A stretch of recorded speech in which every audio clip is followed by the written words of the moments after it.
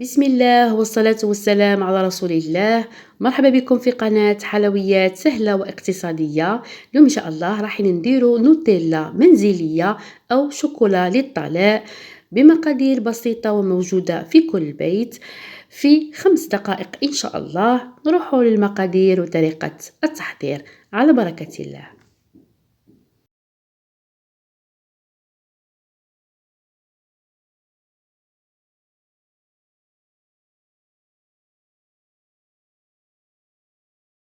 نحتاج إلى شوكولا أي نوع تحبوه 100 غرام. نحتاج إلى نصف كوب من الكاكاو المر، كوب من السكر البودرة، كوب من الحليب العادي، وكوب من الزيت المائدة. كما تشوفوا كم المقادير متوفرة في أي منزل.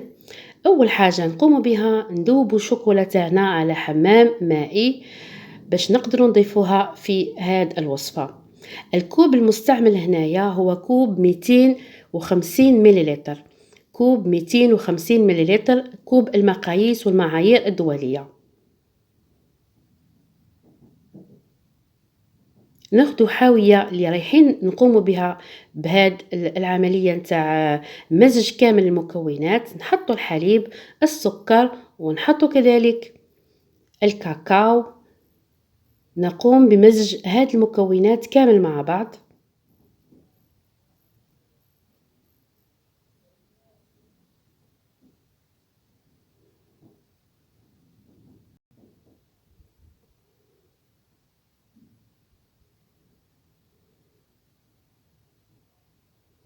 حاولوا تمزجوهم جيدا حتى ما تكونش من بعد تكتلات في الشوكولا تاعنا.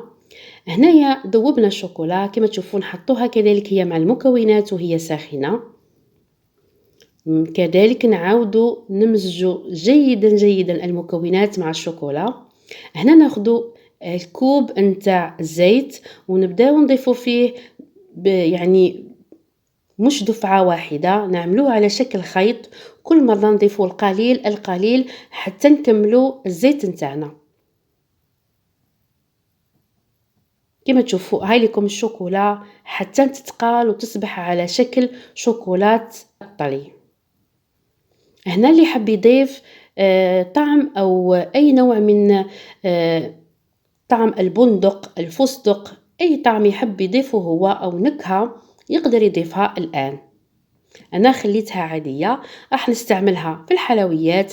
تقدروا تستعملوها كطلاء للخبز أو في أي حاجة تحبوا تستعملوها في مكان النوتيلا. طعمها بنين بالبزاف وكذلك خفيفة كما تشوفوا فيها، ويعني كنت تحطوها في الثلاجة راح تجمد أكثر وأكثر. وها هي الشكل تاعها النهائي.